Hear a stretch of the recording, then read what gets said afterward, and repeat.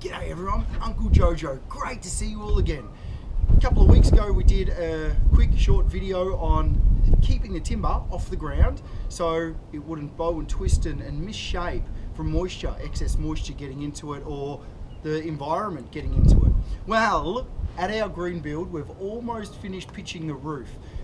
A lot of these rafters have been here now for about 2 weeks and they've been in the conditions, the open environment. And a few of them are starting to twist, bow, snap, crackle and pop. So it shows that it's not just important to make sure that we stack the timber properly, but as we're installing it, we need to make sure that when we install it, we put measures in place to hold the timber in its original shape. What I mean by that is, come and check this out. So these are our rafters that are running through here. This is our wall frame that runs around, and here's some of our sheet bracing. We'll talk about bracing in another video. You'll notice here that we've got a really nice straight rafter, and then next to it you can see this one's twisted. If you look at the other end of it, it's nice and straight.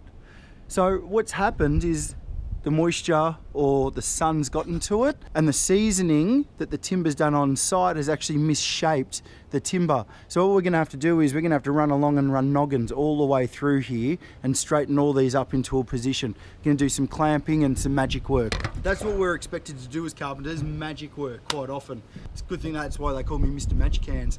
So as we install our timbers, we want to make sure that we're understanding where they are, how they're positioned, the best way to hold them into place. You'll see down here we've got this external and we've got halving joints cut out of it the whole way down. So we'll have our outriggers going through and it'll have an eave cut similar to that on the outside of it. They'll also be fixed to that top plate through there and fixed all the way back to here. What that's going to ensure is this whole unit then becomes one. Then we'll have noggins all the way through here and the external to the internal wall will all be attached. It's important that we take all of these things into consideration as we're doing the build. So when we do a build, we actually start the build from the top down in our minds, so that when we're building from the ground up, we actually understand where the weight transfer loads are, where the bracing has to hold in, and how everything gets stitched together for longevity and all that jazz. So what we want to make sure that we're doing is looking at the use of the house, the properties of the house, the materials that we're using for the house, and everything plays a little bit of a part in the big project overall. Thanks for watching. Any questions or queries about it, flick them over. I'll answer them for you best I can, whenever I can. Like always, really awesome. Thanks for watching and I'll see you in the suit.